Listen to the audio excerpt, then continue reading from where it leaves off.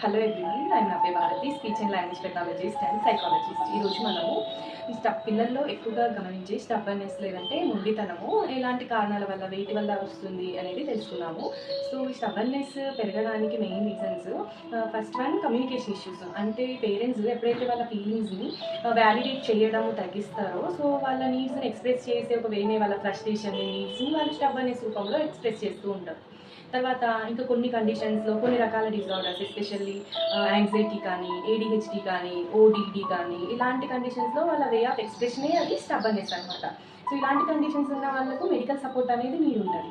దాని తర్వాత ఇంకొక రీజన్ ఏమై ఉండొచ్చు అంటే ల్యాక్ ఆఫ్ కమ్యూనికేషన్. అంటే పేరెంట్స్ యాక్టివ్ లిజనర్స్గా ఉండలేకపోవడం. అంటే పేరెంట్స్ ఎప్పుడైనా సరే పిల్లలు అడిగిన వాటికి ఎప్పుడు రెస్పాండ్ అవుతూ యాక్టివ్ లిజనర్స్గా ఎప్పుడైతే ఉంటారో అలాంటి చిల్డ్రన్లో స్టబ్బర్నెస్ అనేది తక్కువ ఉంటుంది. బట్ ఎప్పుడు టైం ఇవ్వలేకుండా ఉంటారో వాళ్ళలో స్టబ్బర్నెస్ అనేది ఎక్కువ అవుతుంటుంది.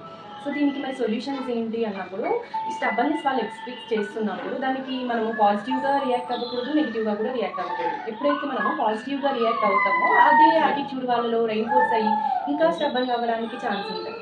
నెగిటివ్గా రియాక్ట్ అయ్యి మనం ఇంకా ఆర్గ్యుమెంట్స్ చేసామనుకోండి, అది ఇంకా ఎప్పుడైతే stubborn kids they are always ready to the arguments అనమాట, ఇంకా అది ఎక్కువ అవుతుంది స్టబ్బర్నెస్. సో వాళ్ళకు పాజిటివ్గా రెస్పాండ్ అవ్వకూడదు, అలాగని నెగిటివ్గా ఆర్గ్యుమెంట్స్ కూడా చేయకూడదు. సో ఫస్ట్ దీనికి స్టెప్స్ ఇగ్నోర్ చేయటము, తర్వాత కొంచెం టైం ఇవ్వడము, దాని తర్వాత చాయిసెస్ ప్రొవైడ్ చేయడం, వాళ్ళు అడిగిందే కాకుండా దానికి ఇంకొక చాయిస్ ప్రొవైడ్ చేయడము, ఇలాంటి స్టెప్స్తో స్టబ్బర్నెస్ తగ్గించవచ్చు. ఇవే కాకుండా ఇమీడియట్గా నువ్వు చేసేది తప్పు, ఇది రూడ్ బిహేవియర్ అని ఆ కిడ్ని బ్లేమ్ చేయకుండా how you are feeling when is behaving in a stubborn way అని ఎక్స్ప్రెస్ చేయడం. అంటే the way of expressing your feelings అది చేంజ్ చేసి వాళ్ళకు అర్థమయ్యేలాగా చెప్పినప్పుడు ఈ స్టబ్బర్నెస్ అనేది మెల్లిమెల్లిగా తగ్గుతుంటుంది. Thank you.